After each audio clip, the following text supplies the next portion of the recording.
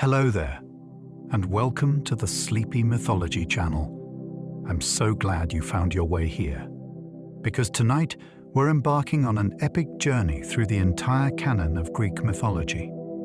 Not just the famous tales of Zeus and Athena, but the stranger, older, and more mysterious stories that came before them. Before Olympus, before the gods had names, before even the sky existed.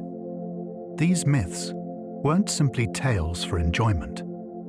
They're how early people tried to make sense of the world, its beauty, its danger, its mystery.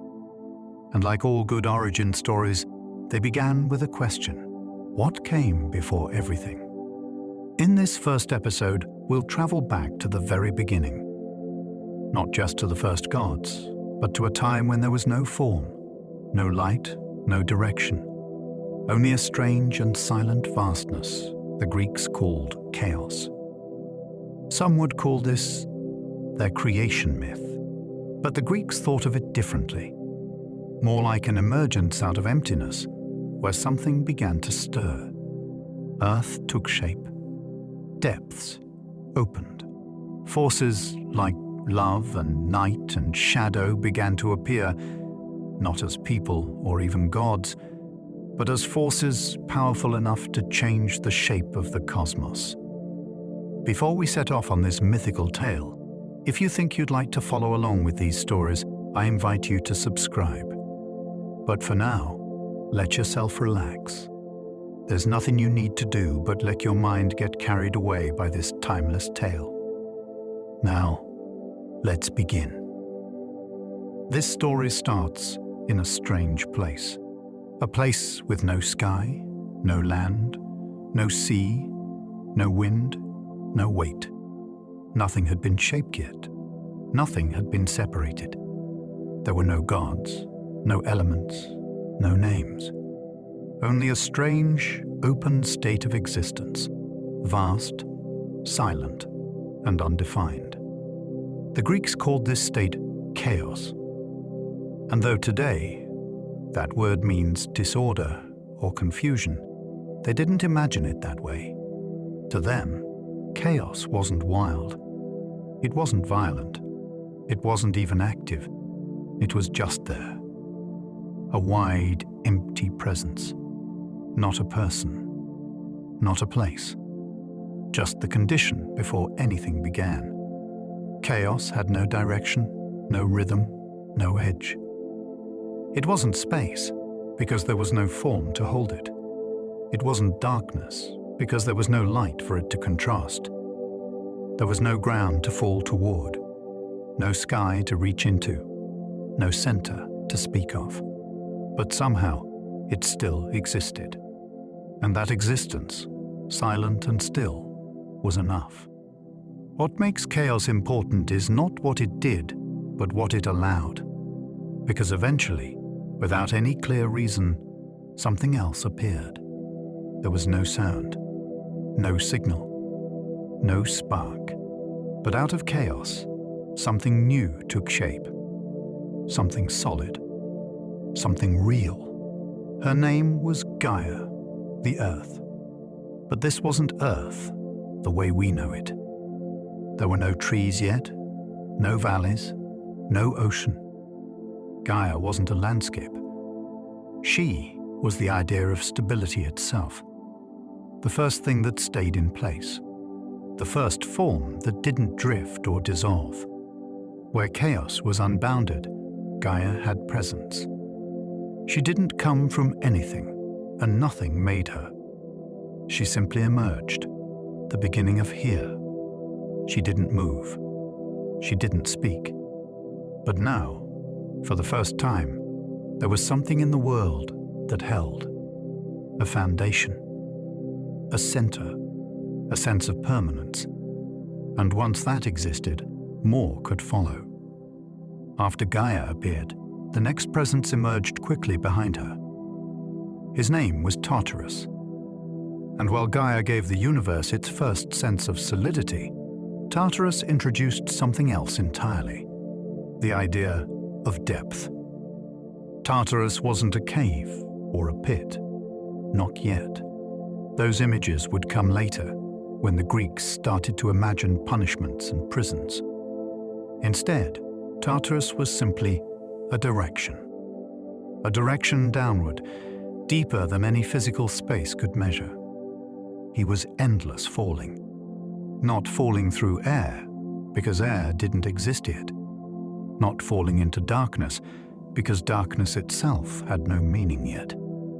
Tartarus was just endless silent descent, the idea that there was something beneath, something lower, something so deep it couldn't be reached, no matter how long you traveled.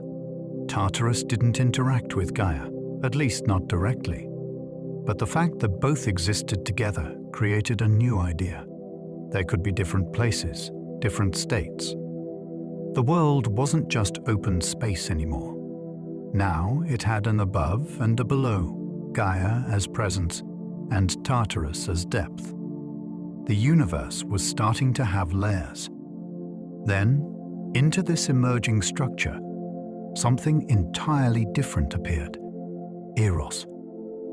Eros was not the cheerful, winged god of love who would show up in later stories.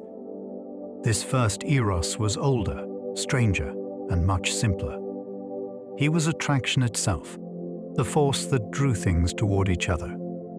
Until now, Gaia and Tartarus had existed independently. They weren't fighting or disagreeing, but neither were they touching. They were separate realities, distant and unrelated. Eros changed that. He didn't have intentions or desires. Not yet. Instead, he made it possible for connection to occur. Without Eros, the cosmos would have remained forever fragmented. But now, with attraction present, there was the possibility of union. Things could come together, combine, or interact. Movement was possible. At this moment, the universe was still quiet.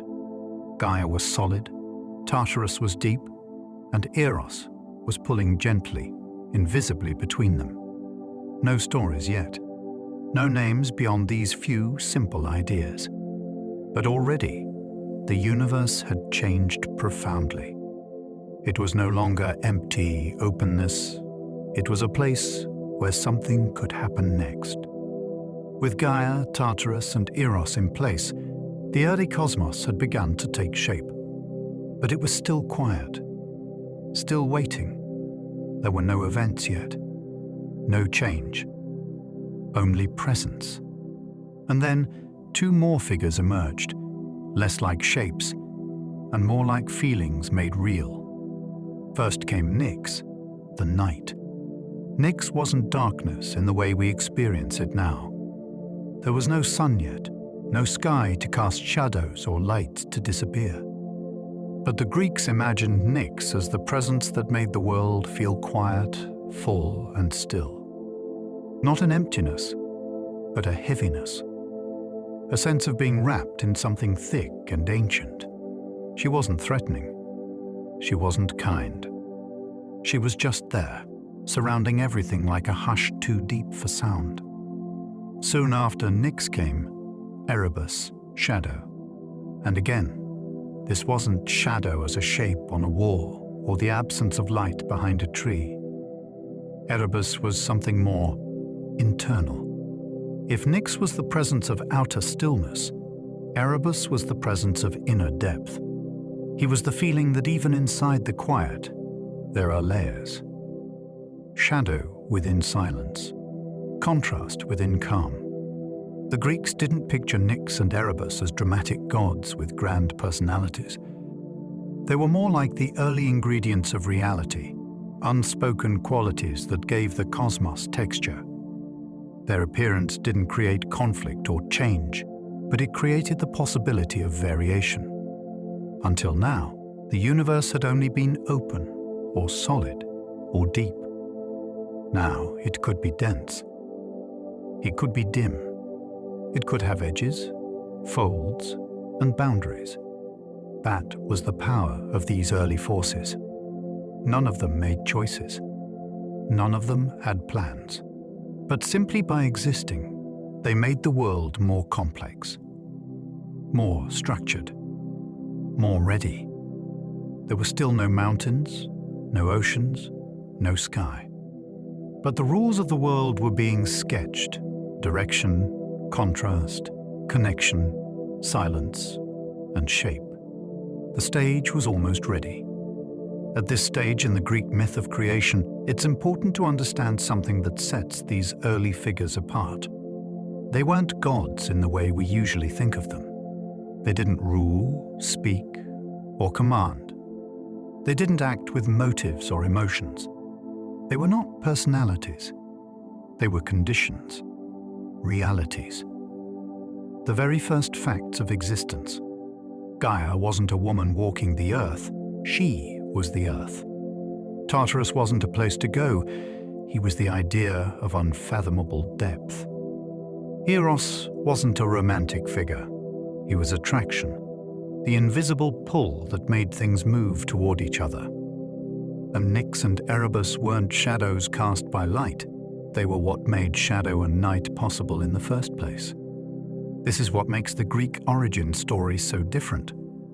There is no divine maker shaping the world with purpose. Instead, there is emergence. Gradual, mysterious, and unprovoked. A series of presences that simply begin to be, each one making the next one possible. And yet, this strange calm cannot last forever. The world was beginning to fill, not quickly, but undeniably. Solidity had appeared. Depth had appeared. Connection, quiet, contrast. And now, for the first time, the idea of generation was about to take shape. Because Gaia, unlike the others, was not just a presence. She had the power to bring things forth. Soon, she would begin to give rise to new elements of the cosmos. Not by design, not from need, but simply because the conditions were right. The world would no longer be made of silent forces alone. It was about to become populated. Gaia was the first to create. Not because she wanted to, not because she had a goal, but because something about her presence made creation possible. She was stability, and from stability, things could grow. Her first creation was Uranus, the sky. He wasn't the air or the wind. Not yet. Uranus was the vast arching dome that stretched over Gaia, enclosing her in a kind of infinite embrace. He wasn't made of stars or light. Those would come much later. He was simply the upper boundary, the first sense of above. And with Gaia below and Uranus above, the world now had shape. A sense of height. A horizon. A container. Next, Gaia brought forth the Uria, the mountains. They weren't placed onto her like decorations. They rose out of her. Jagged and still, they added verticality to the world. Suddenly, Gaia was no longer a flat presence. She had texture. The mountains gave her a body with peaks and folds, places where gods might one day walk, or hide, or reign. And then came Pontus, the sea. Not the oceans as we know them, but the very concept of the watery vastness. Pontus wasn't a single body of water. He was the idea of motion over depth, of surface without anchor. He added something the world hadn't yet seen: instability. Everything up until now had been still, silent, solid. Pontus brought movement. He flowed, shifted, reached. He introduced change. Gaia didn't speak or explain any of this. She didn't act with purpose, but through her, the structure of the world expanded. Now there was a sky above, mountains rising, and a restless sea. The world wasn't just holding its shape anymore. It was beginning to grow. Now that Gaia had formed the sky, the mountains, and the sea, something new began to take shape. something even more profound than presence or place. For the first time, there was continuity. Not just emergence, but connection across time. The cosmos wasn't just filling, it was beginning to reproduce itself. Uranus, the sky, did not remain distant for long. He pressed down against Gaia, covering her entirely. In this closeness, a new pattern emerged. The two great forces of earth and sky began to produce children. Not one or two, but many. This was the beginning of lineage, the first moment when myth became more than emergence. It became inheritance. The children of Gaia and Uranus would soon shape everything that followed. Some would become rulers. Others would be feared. Some would be hidden. Some would fight.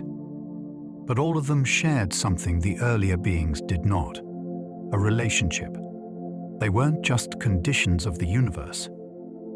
They were born from other beings, tied together by origin. And that changed everything. With this shift, the cosmos gained more than just form. It gained story. There could now be conflict, protection, jealousy, rebellion. Because once there are generations, there is something to hold on to and something to lose. Gaia and Uranus had created not only sky, sea, and mountain, they had created the conditions for history. A sequence, a struggle. And although the world was still young, the seeds of drama had already been planted. When Uranus first appeared, he was nothing like the gods that would come later. He had no throne, no face, no will that we could recognize. He was simply the sky, immense, all-encompassing, and impossibly close. He didn't arch delicately above the earth. He pressed down on it, fully, constantly. To the Greeks, Uranus wasn't a soft blue heaven. He was the overwhelming vastness above, weightless in form, but heavy in presence. He wrapped the world in silence, stretching across Gaia with no space between them. There was no air yet, no room to move or grow. He wasn't cruel, but he wasn't kind either. He just was, dominant, full, permanent. At first, this closeness gave shape to the world. It was Uranus resting against Gaia that defined the upper and lower boundaries of existence. Earth below, sky above, a perfect, enclosed unity. But over time, the relationship shifted. What began as creation slowly turned into confinement, because Uranus and Gaia together began to produce children. And their children were not small or simple. They were powerful, strange, and growing. But Uranus did not make space for them. He did not lift himself. Instead, he kept pressing down. With each new child born into the world, Uranus forced them back into Gaia. He buried them inside her, not in the mountains, not in the sea, but within her very body. He was not angry. He was not threatened. But he would not release them. It was the first act of suppression. The first time a being in the myth chose to control. And it left Gaia full, aching, and awake in a way she had never been before. Gaia gave birth to 12 children by Uranus, 6 sons and 6 daughters. They were called the Titans. Each one represented something vast and essential. Oceanus, who would become the great river that encircled the world. Hyperion, whose name hinted at light. Thea, Mnemosyne, Rhea, Cronus, each carried the potential to shape the world in ways that hadn't yet been imagined. The Titans were not monsters. They weren't twisted or chaotic. They were enormous, yes, powerful, unformed in some ways. But they were children of earth and sky, born from the union of foundation and reach. And for a brief moment, their arrival might have seemed like the next natural step in the growth of the world. But Uranus saw them differently. He didn't see promise. He saw threat. He looked at their strength and their size, and instead of lifting himself to make space, he pushed harder. He forced them back into Gaia, not with weapons, but with presence. Pressed them down, held them inside her, buried them out of sight. Then Gaia bore 3 more sons, the Cyclopes. Massive, single-eyed beings with raw power in their limbs and thunder in their bones. They too were hidden away. And after them came the Hecatoncheires, the 100-handed ones. Creatures of overwhelming strength, each with 50 heads and 100 arms. They were too large, too strange, too much for Uranus to bear. He shoved them deep into Gaia's body, sealing them inside her with the rest.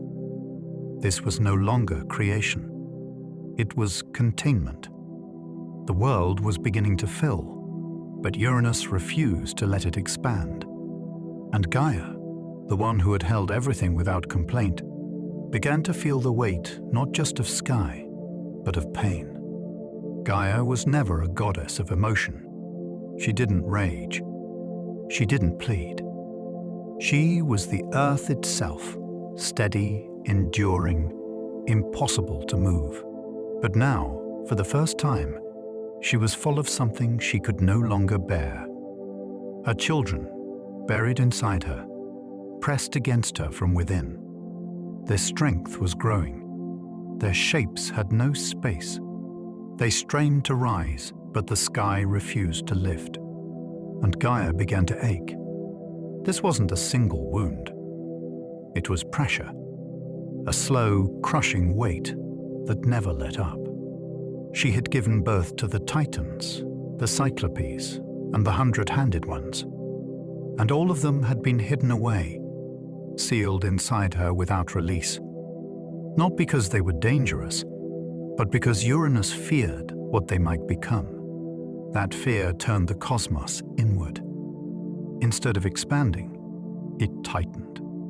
Instead of flowing forward, it froze. And Gaia, patient, silent Gaia, began to change. She felt not just pain, but injustice. She had created life. The world had grown through her. But now, her children were being denied their place. There was no reason, no balance. Only the pressure of Uranus above, pressing endlessly downward. So Gaia, for the first time, made a choice. She would not ask. She would not beg. She would act. This was a turning point in the myth. Before now, nothing had truly changed by decision. Everything had simply emerged, one presence after another. But Gaia's pain gave rise to something new, will. She was no longer just the earth. She was a mother, grieving, and she was ready to push back. Gaia had never needed tools before. She had created mountains, seas, and sky without hands, without effort. But now, what she needed wasn't creation, it was release. And for that, she would need help. Deep within her, among the buried Titans, Gaia reached out. Not with words, but with presence. She whispered not into ears, but into their being. She shared her pain and her plan. One of them would need to rise. One of them would have to strike back. Most of her children stayed silent. Some were afraid. Some were confused. But one answered her clearly, Cronus. He was the youngest of the Titans, but also the sharpest. Where others hesitated, Cronus listened. He understood what Gaia was offering and what it would mean. Cronus was not driven by love for his mother, nor by rage against his father. He saw an opportunity, to act, to rise, to take power. So Gaia gave him a weapon, a sickle forged not from metal but from flint, cold, jagged, and ancient, the first tool ever used in myth. Not a symbol, but a choice. This world would no longer grow only by emergence. It would now be shaped by intention. Cronus hid, waiting for the right moment. He didn't tremble. He didn't hesitate. For the first time in all of existence, a being stood ready to intervene. And above him, Uranus still pressed down, unaware. Still vast. Still enclosing. Still certain that nothing could touch him. That certainty was about to end. The moment came at night. Uranus descended, as he always did, pressing close to Gaia, enclosing her body, sealing the world in stillness. He had done this countless times before. He felt no danger. The sky had never known resistance. But this time, something wheated. Cronus emerged from the depths of Gaia, flint sickle in hand. He did not roar. He did not hesitate. As Uranus pressed down, Cronus struck upward, fast, deliberate, and final. The sickle cut deep. What exactly Cronus cut depends on the version of the myth, but the meaning is clear. He severed Uranus's power. He broke the sky's hold over the earth. It was the first wound in the cosmos, and from that wound, something new began. As Uranus recoiled in pain, his blood fell into the world. From that blood, more beings began to appear. The Erinyes, the Furies, spirits of vengeance.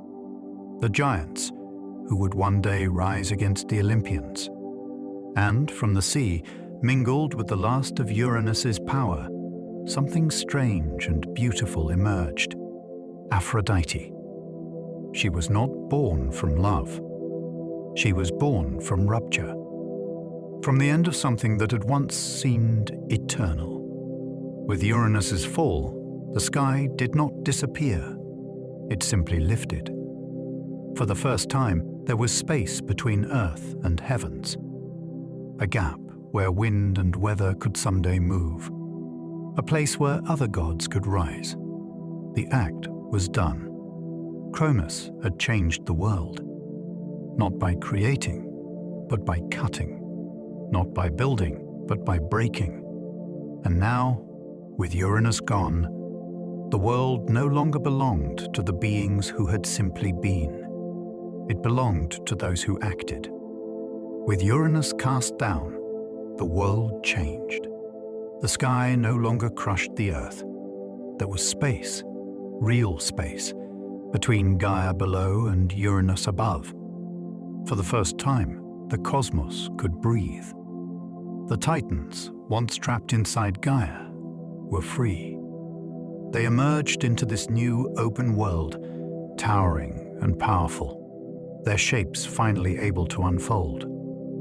And at the head of them stood Cronus, the one who had acted. He took no throne, not yet. There were no temples, no crowns. But Cronus became the center of everything, the first being to rule. Gaia had given him the weapon. She had asked him to rise. But what Cronus did next was not part of her plan. He did not return the sickle. He did not share power with his siblings. He took it for himself. And though he had freed the world from Uranus, he had done so with violence. His power was born in blood, and blood has memory. Uranus, wounded but not gone, spoke a final prophecy, that Cronus too would be overthrown. That one day, a child of Cronus would rise against him, just as Cronus had risen against his own father. That curse settled over Cronus like a shadow. And though the world was free, the new king began to look at the future with suspicion. Power had changed hands, but the pattern had already begun to repeat. Cronus had overthrown Uranus. The old sky no longer crushed the world. The Titans were free. The universe was open. But power does not rest quietly. With Uranus gone, Cronus became the most powerful being in existence. He was not the oldest, not the wisest, but he was the one who had acted. He had taken the sickle. He had struck the blow. And now, everything revolved around him. He stood at the center of a new order. The cosmos was still raw, no cities, no temples, no humans to worship the gods. But Cronus ruled it all the same. He became the sky's new master, lifting himself where Uranus had once enclosed. And for a time, he ruled well. He released his siblings, the other Titans, from Gaia's body. He brought balance to the world's edges. The seas stirred under Pontus. The mountains held their shape. Even the Furies and giants, born of blood, settled into their places. But there was no celebration, no festival of peace, because Cronus knew how he had gained his throne, and he knew what Uranus had promised. That one day, Cronus's own child would rise against him, that the same fate awaited him, that the pattern would repeat. And so, even as he ruled the sky, Cronus began to look toward the future with fear. He had inherited a universe made by emergence, but his reign would be shaped by prevention. Cronus had overthrown Uranus to set the world free. But once he held power, he realized what power truly meant. You could shape the world, but only if you kept control. So when Cronus took Rhea, his sister, as his queen, he did not see a partner. He saw a risk.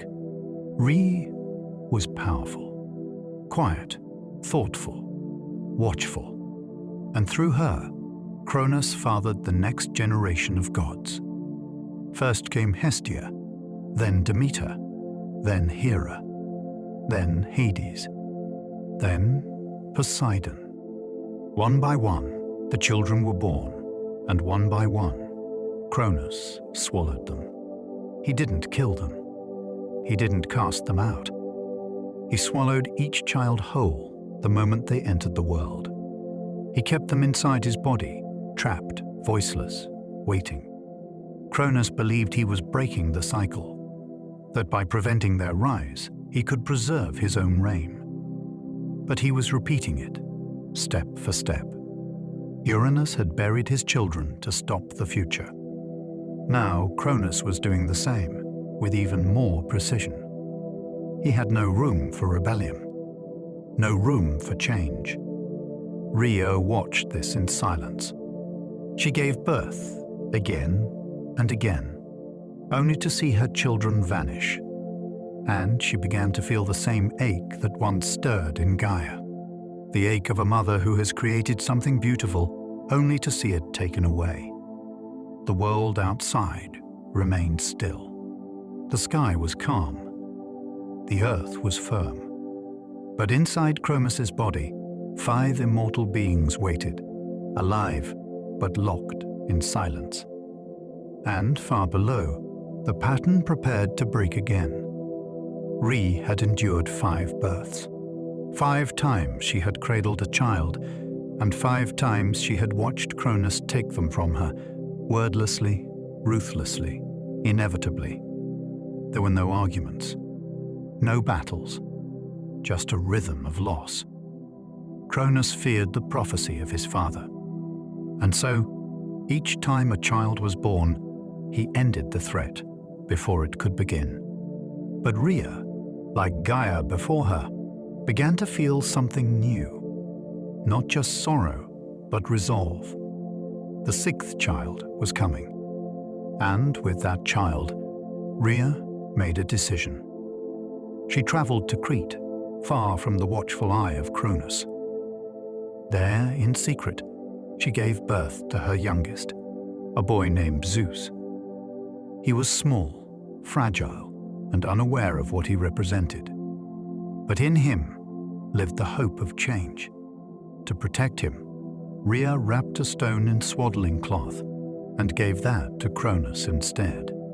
Cronus, blind with fear, swallowed it without question. He believed the threat had passed. He believed he was safe. But far from his reach, on a quiet mountain, a newborn god was growing. One who would remember everything. One who would rise not only with strength, but with knowledge of the world as it had been and what it might still become. The cycle had not been broken yet. But something new had entered the pattern. Not just rebellion, not just replacement. Strategy. Cronus swallowed the stone, and the world went quiet again. He believed the threat had passed. 6 children had come, and 6 had vanished into him. The prophecy could not touch him now. He ruled the cosmos with calm authority, his past act of rebellion buried beneath the weight of present power. But his confidence was misplaced, because one of those 6 was not inside him. One had escaped. Zeus, hidden on Crete, grew under the care of nymphs, nurtured in forests far from the golden halls of Cronus. The mountain echoed not with war drums, but with lullabies and wind. And while Cronus sat secure in the sky, a new god was listening, not to the sound of power, but the silence beneath it. He learned not through conquest, but through watching, through waiting. And back on the throne, Cronus remained unaware. But the stone he had swallowed, the decoy, stayed inside him. A symbol of everything he had failed to see. It was not just a mistake. It was a marker. The cosmos was no longer ruled by emergence. It had moved beyond reaction. Now, it contained something deeper, the possibility of patience, of memory, of return. Zeus would not strike like Cronus had struck. He would not rise like Cronus had risen. He would bide his time. He would understand what needed to change. And when the moment came, he would not just overthrow, he would transform. While Cronus ruled the skies, believing the prophecy had been swallowed with the stone, his youngest son was growing, far from sight, far from suspicion. On the island of Crete, beneath the shadows of ancient trees, Zeus was raised in secret. There were no golden halls, no thunderbolts, no crown, no worship. Just a cave, a mountain, and the hush of leaves. This was not an accident of fate. It was a choice, Rhea's choice, to protect him not with strength, but with seclusion.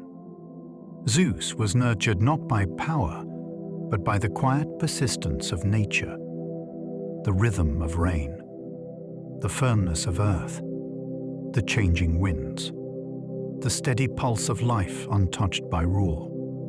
He was cared for by Amalthea, a gentle goat whose milk sustained him, and by a group of Kurites, warrior dancers who clashed their shields and stamped their feet to mask the infant's cries. Every sound of Zeus's presence was hidden under ritual. Every movement was cloaked in song and noise, so that Cronus would never hear what was unfolding. And so, while the sky above remained still, and the Titans continued their slow march through time, the world was preparing something new. A god not raised by fear, but by watchfulness. Not forged in battle, but in shelter. Zeus was learning, quietly, what it meant to wait, what it meant to survive, and soon, what it would mean to rise. Zeus's survival depended not on strength, but on those who chose to keep him hidden. The first was Amalthea, the goat who nursed him. She was no ordinary creature.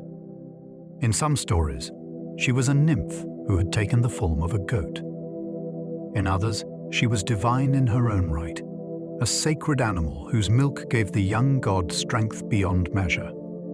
Her horns later would become the cornucopia, the horn of plenty, symbol of endless nourishment.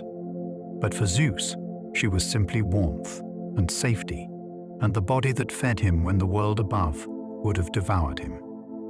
Then there were the Corites, the armored dancers. They were not warriors in the way we think of warriors. They did not fight battles or defend territory. Their job was stranger and more important. They surrounded the cave where Zeus slept and performed a ritual of noise, clashing shields, stamping feet, shouting in rhythm, not to frighten away enemies, but to drown out the cries of a godling in hiding. Every clang of bronze was an act of protection. Every step, a spell of misdirection. Even the land itself seemed to protect the child. The island of Crete, remote and wild, held him in silence like a secret. Birds, trees, rivers, all part of a vast, quiet conspiracy to keep Zeus alive. These were not grand miracles. They were small preservations. And together, they kept the future breathing. Because this time, the cosmos did not protect the strong. It protected the unseen. Zeus was not raised on stories of his destiny. He was not told he would rule. No voices whispered of lightning or glory. Instead, he grew up, listening. He listened to the wind moving through the trees, to the sound of rain on stone, to the footfalls of the Corites dancing above his cave, keeping his cries from reaching the heavens. He listened to the world not as a conqueror, but as a child learning its language. No throne waited for him. No god had cleared the path. But Zeus watched the rhythms of nature, the slow unfolding of things. He saw that not all power was loud, that the earth did not rule by force, and yet it shaped everything. He watched the stars return each night without fail, watched the sun rise without asking permission, watched life go on, even in hiding. And slowly something took shape in him, not just the strength to rise, but the knowledge of when to rise. He began to understand what Cronus had missed, that fear leads to blindness, and that silence can grow into wisdom. Zeus did not yet know how he would act, but he had learned the one thing Cronus never did. You do not rule the cosmos by swallowing what you fear. You rule by knowing when to wait and when to let the world breathe again. Most gods in Greek myth burst into the world fully formed. They arrive in storms, in flames, in declarations. But Zeus was different. He began not with spectacle, but with silence. He was not forged in war or shaped by triumph. He was raised in shadow, cradled in the hum of forest life and the careful rituals of secrecy. And because of this, he grew into something new. Not just a god of strength, but a god of timing. His childhood was not wasted time. It was preparation. He had watched a world ruled by fear. He had felt what it meant to be hidden, to exist only as a possibility, not a presence. And in that stillness, he learned that power isn't something you seize too early. It's something you rise into. The divine caretakers who raised him didn't teach him to conquer. They taught him how to endure. Amalthea's milk gave him body. The Corites' rhythm gave him silence. Crete itself gave him space to grow, to wait, to imagine. Zeus was not impatient. He did not rush toward fate, because he understood what Cronus never did, that real power doesn't come from control. It comes from understanding what must change and why. The boy who had once been a secret was becoming a god who would break the silence, not just with force, but with meaning. Far above, Cronus still ruled the sky. He sat on his throne with quiet confidence, believing his children had all been consumed, believing the future had been swallowed. But inside him was a stone, wrapped in swaddling cloth, given to him by Re. Accepted without question. He was not a child. It would never speak or rise or rebel. But it remained, a silent weight inside the body of a god who thought he had outwitted fate. Zeus would one day learn this, that Cronus had swallowed not his youngest son, but a symbol, a decoy that held no threat and yet held everything. The stone was the first lie in the myth, and it was the first limit to Cronus's power, because it showed that even a king could be deceived by love, by grief, by a mother's quiet plan. The stone became more than a trick. It became a reminder that even the most careful tyrant cannot control what he cannot imagine. Cronus had tried to erase the future, but he had left behind a marker, one that would echo long after his fall. And for Zeus, the knowledge of that stone was a lesson carved deeper than any weapon, that fate does not always arrive with thunder. Sometimes it enters the world quietly, swaddled like a child, and waits. Zeus had spent his life in shadow. He had been fed in secret, rocked in silence, watched by spirits who danced and stamped and guarded him, not with swords, but with noise and rhythm and devotion. He had never seen his father. He had never spoken to his siblings. But he knew what had been done. He understood that Cronus had swallowed his kin, not out of hatred, but out of fear. Fear of losing power. Fear of repeating what he himself had done. And Zeus understood something else, that power based on fear cannot last. He had no armies, no temples, no symbols of rule. But what he had was clarity. He knew the story from the beginning.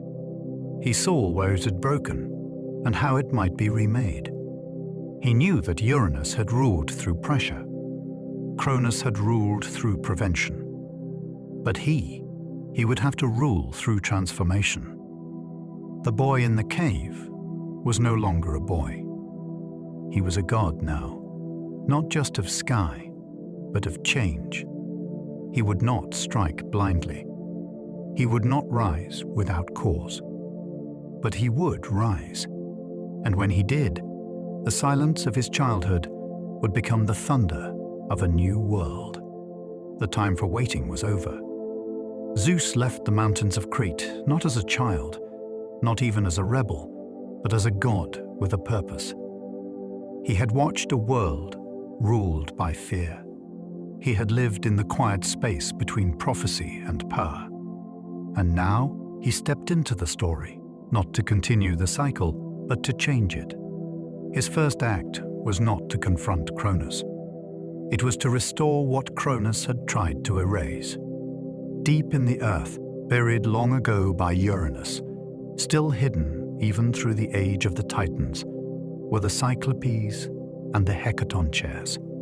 They were the first children of Gaia and Uranus, cast down not because of rebellion, but because of difference.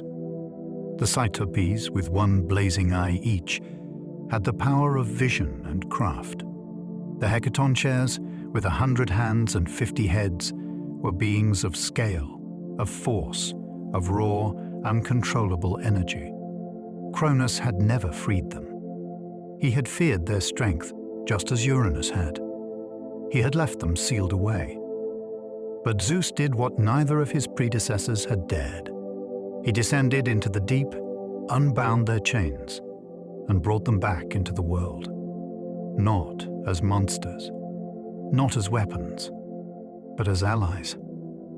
He didn't rise alone. He built a force from what others had rejected. He understood that power isn't just what you hold, it's what you free. And with their return, the earth trembled. The sky stirred. And the war for the cosmos began. The Cyclopes did not return empty-handed. Grateful to Zeus for freeing them, they offered him something no god had ever held: tools of transformation. For each of the brothers who would stand against Cronus, they crafted a weapon, not only of power, but of purpose. To Zeus, they gave the lightning bolt. Not a flame, not a beam, but a crack of sudden will, a jagged flash that cut through sky and silence alike. It was more than a weapon. It was the sound of arrival, of divine decision. To Poseidon, they gave the trident, a weapon not just of the sea, but of earthquakes, the force that shakes foundations and rattles kingdoms. Where lightning struck above, Poseidon's trident split the world below. And to Hades, ruler of the underlayers, they gave the helm of invisibility, not to hide in fear, but to move unseen, to pass through battle and strike without warning, a god of shadows and strategy. With these gifts, the brothers stood no longer as exiles or afterthoughts. They stood as equals, each with a weapon that matched his nature. And around them, the forces began to gather. The sky grew darker, the earth more restless, the winds sharp with the taste of change. The war had not yet begun, but the weapons had been chosen. The silence of generations was about to be broken by thunder, quakes, and shadow. The age of Titans would not end in peace. It would end in storm. It did not begin with a single blow. There was no trumpet, no declaration. The war unfolded slowly, like thunder building behind mountains, like fault lines shifting beneath stone. Zeus stood with his brothers, Poseidon beside him, trident in hand, and Hades lurking in the shadows, his helm already drawn. The Titans, led by Cronus, did not cower. They were ancient, vast, and furious. They had ruled for an age. They would not step aside. And so the Titanomachy began, a war that lasted 10 years. 10 years of upheaval, of sky and sea and earth torn open again and again, of days where the sun vanished behind smoke and nights where the stars blinked out in fear. The Titans hurled mountains. The gods returned fire with fire. Storm clouds ripped open, oceans surged inland, and the ground split under the weight of anger. The Hecatoncheires, with their 100 arms, became living engines of chaos, hurling boulders faster than thought, raining destruction down like a second sky. But it was not just strength. It was attrition, a struggle that tested the will of both sides. Not over who could strike the hardest, but who could hold their vision longest. The cosmos was not just watching, it was participating. The very structure of the world began to warp under the pressure. This was not a war for land. It was a war for what kind of world would exist. Would it be ruled by fear or by something else? The Titanomachy was not a war of good versus evil. It was a war of generations, but even that line was not so clear. Not all Titans fought with Cronus. Not all elder gods believed the old order should remain. Some looked at Zeus and saw not rebellion, but renewal. The first to choose a side was Styx, goddess of sacred oaths and the boundary between life and death. She brought her children, Nike, goddess of victory, Zealous, spirit of rivalry, Kratos, strength, and Bia, force, and offered their loyalty to Zeus. In return, he gave her a place of honor. Forever after, the gods would swear oaths on the river Styx, and none would dare break them. Then came Themis, the Titaness of divine law. She had ruled beside Cronus in the early days, but she saw that law without change becomes tyranny. She stood beside Zeus, not out of ambition, but out of belief in a future worth shaping. And then there was Prometheus, a titan with a mind sharper than any blade. He saw what others could not. He saw where the world was going, and he chose to help the new gods rise. Each of these allegiances shifted the war, not through weapons, but through meaning. They showed that loyalty was no longer automatic, that lineage alone did not decide sides, that the world was no longer ruled by who was oldest, but by who could imagine what came next. The battlefield grew more complex, more layered with every passing year. And in that complexity, Zeus found his greatest weapon of all: choice. For 10 long years, Cronus held his ground. He did not weaken. He did not beg. He fought with the fury of a god who had already defied fate once and believed he could do it again. His voice still commanded the Titans. His presence still shook the air. But for the first time, he faced a force that did not break. Zeus had learned how to wait. Now he had learned how to lead. He struck with lightning, not just in rage, but with precision. He chose when to rise, when to retreat.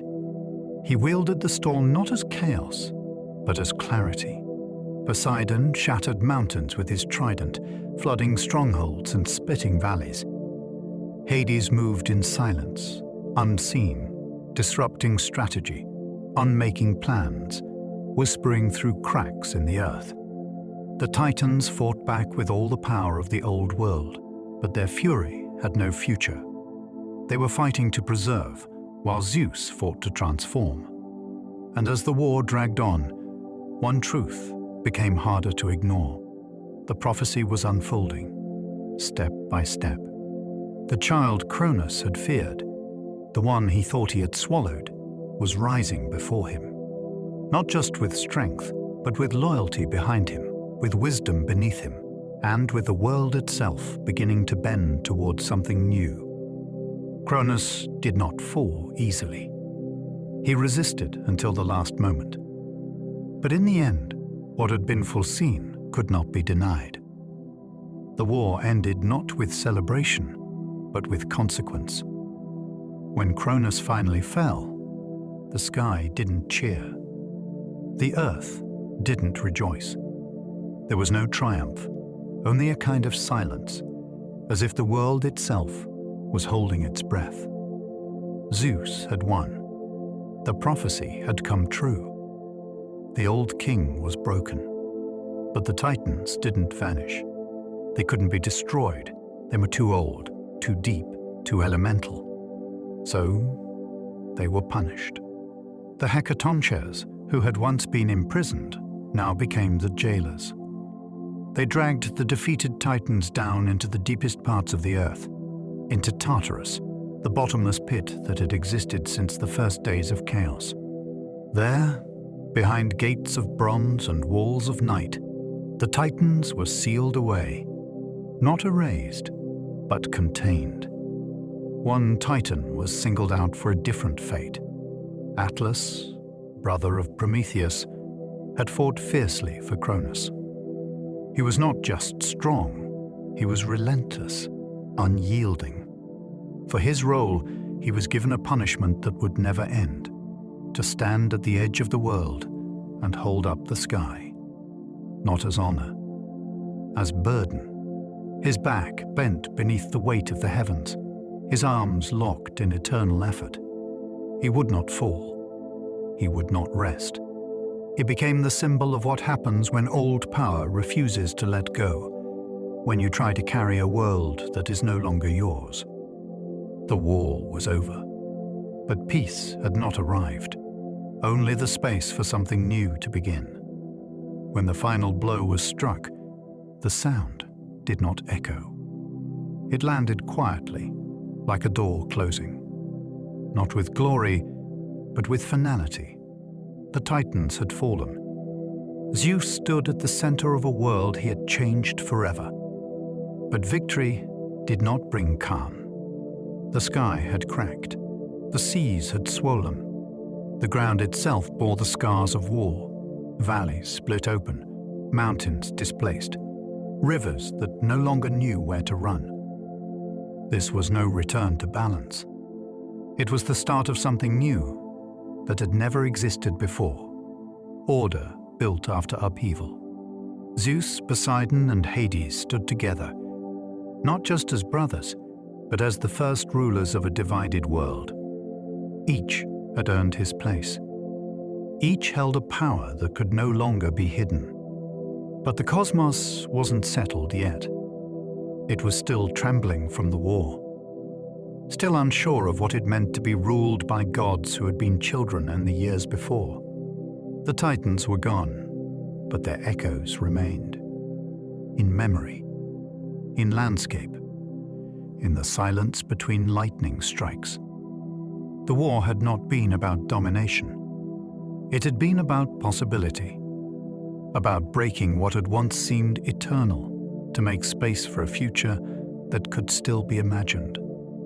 For the first time in myth, the cosmos paused. It looked not backward, but forward. The war had ended, but the world had not yet taken shape. Victory gave Zeus power, but not direction. The Titans had ruled through dominance. Now, a new kind of rule was needed, something not built on fear, but on balance. Zeus did not seize everything. He did not claim the entire cosmos for himself. Instead, he turned to his brothers, Poseidon, who had shattered the earth, and Hades, who had moved unseen through the war's darkest turns. Together, the three stood at the edge of the world and cast lots. It was not negotiation. It was not strategy. It was fate, a surrender to the randomness that had shaped them all. By chance or by design, Zeus drew the sky.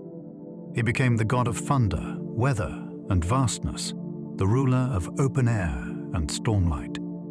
Poseidon drew the sea, not just waves and currents, but the hidden underflows, the depths that could cradle or crush. Hades drew the underworld, a realm of endings, shadows, and silence.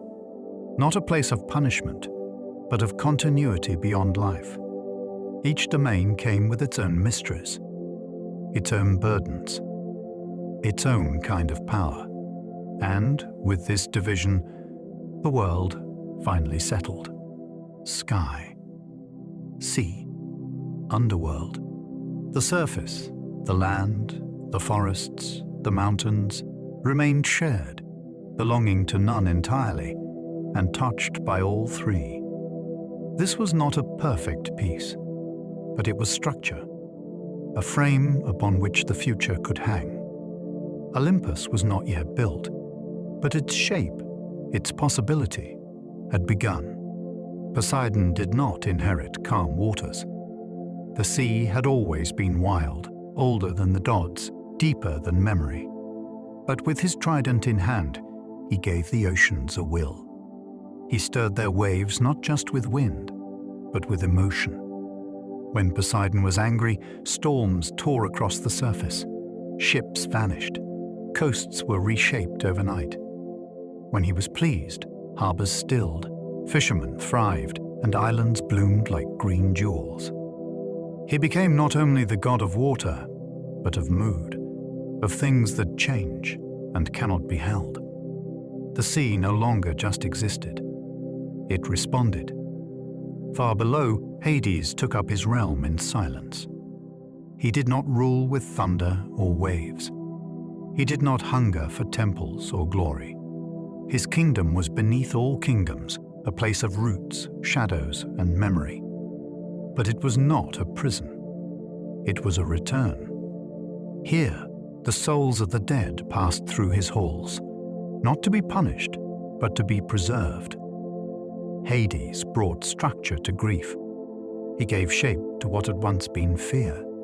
And in doing so, he became a god not just of death, but of respect, ritual, and the great unknown.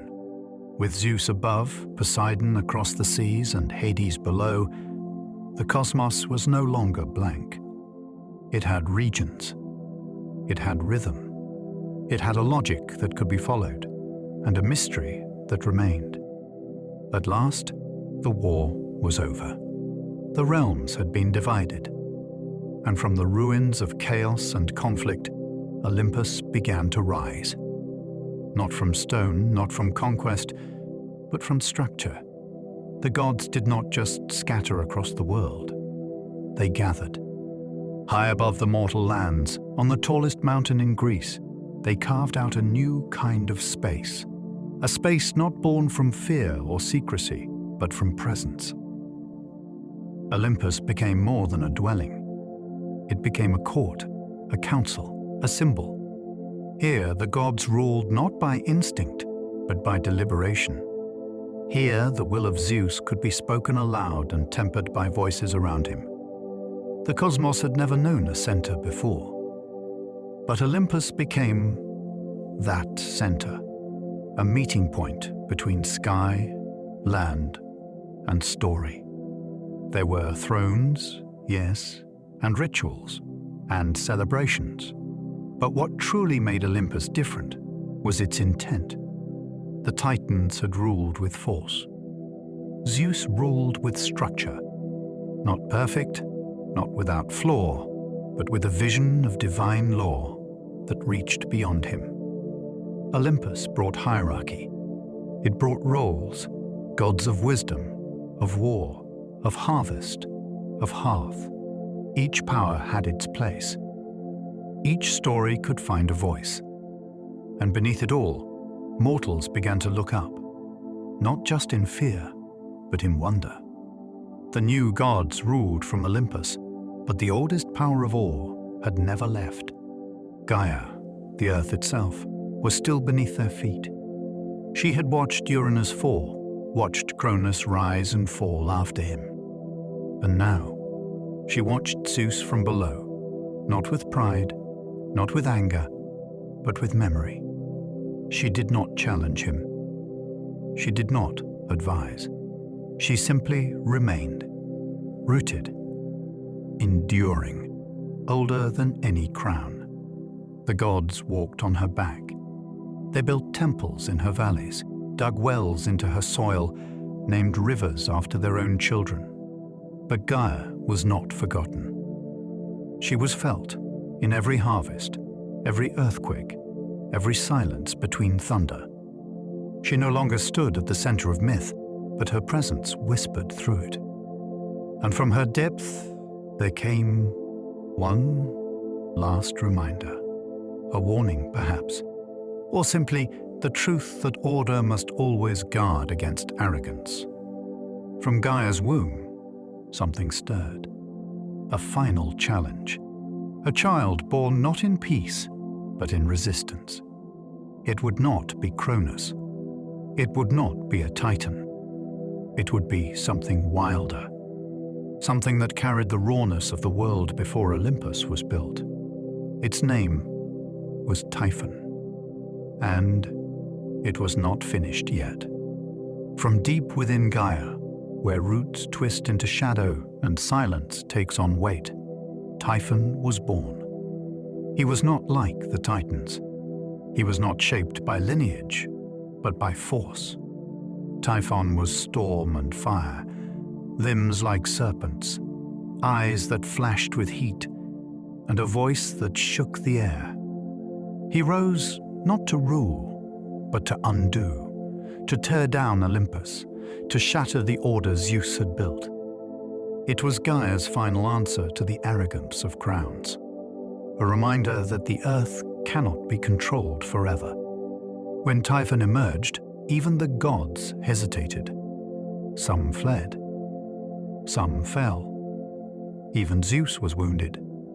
Struck down, his sinews torn from his body, he was nearly unmade. But the story did not end there.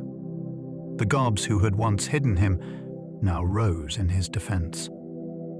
Hermes returned his strength. Athena stood firm. The thunderbolt flared again. And this time, Zeus did not just fight with power. He fought with purpose. He hurled Typhon back, struck him down, and buried him beneath the land. Some say he lies beneath Mount Etna, his breath the cause of eruptions, his struggle still rumbling through the stone. But he was not destroyed, only contained. For Typhon, like Chaos, cannot truly die.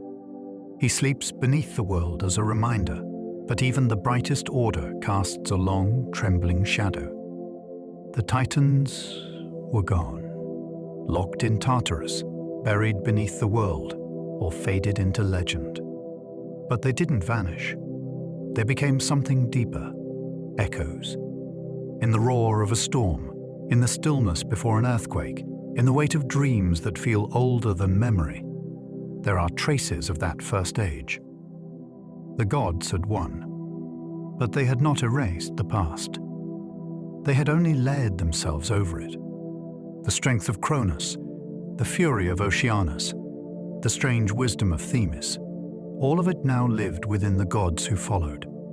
Zeus still carried his father's fear. Poseidon still held the sea's wildness. Hades bore the shadow of things that came before names. And mortals, newly aware of the divine, began to tell stories. Stories that remembered what the sky tried to forget. They saw hints of the old gods in the shape of mountains, in the deep pull of the tides, in the flicker of uncertainty that never quite left the world. The Titans were not worshipped, but they were remembered, not as gods to pray to, but as forces that had shaped the bones of the earth. And in that remembering, they lived on, not in defiance, but in resonance. The new world belonged to Olympus, but it stood, always, on the shoulders of something older. At last, the shaking stopped. The sky held steady. The sea moved with rhythm instead of rage. And the earth, though still scarred, no longer tore itself open. The world had changed, not just in shape, but in meaning. What had once been raw potential, chaos, Gaia, endless falling, and unformed force, had become story. A structure the gods could rule from, and mortals could live within. Olympus stood high above, not just as a mountain, but as the center of the world's imagination. A place of thrones, judgments, festivals, and feuds. A place where the divine no longer hid in shadows, but watched, ruled, and intervened. Below, the sea moved to Poseidon's moods, vast but knowable. Beneath even that, the underworld remained still, a quiet corridor for endings, guarded not by fear, but by inevitability. Mortals began to build, to plant, to worship, to tell. Their myths wove together the divine and the daily, explaining thunder and harvest and grief through the actions of beings who had once shaken the sky. The world felt full, not in the sense of being crowded, but in the sense of having arrived. A frame was in place. A cycle was complete. And yet, somewhere in that stillness, a quiet tension remained. Not all stories stay ended. Not all victories last forever. But for now, the cosmos stood as it would remain for an age, poised, balanced, and deeply, recognizably mythic. And so, the world had changed.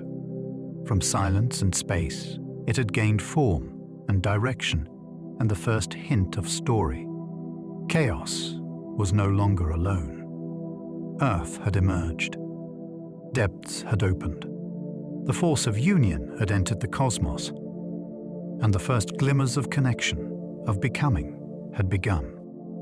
But this was only the beginning. Soon, the world will grow more complex. New beings will be born, each stranger and more powerful than the last. Children will challenge parents. sky will press down on Earth, and a sharp-edged rebellion will reshape everything again. In our next episode, we'll meet the Titans, the towering second generation of myth, and the first to know what it means to be afraid of what comes after them. If you happen to still be awake, you can go ahead and watch it now. And if not, you're warmly invited to subscribe so you don't miss the rest of the story. There's much more ahead. But for now, let the past settle softly in your thoughts. Let the rhythms of these ancient stories drift through you like quiet waves. The world has only just begun. And so, under the quiet stars, the story continues. I hope you sleep well and dream softly. Good night.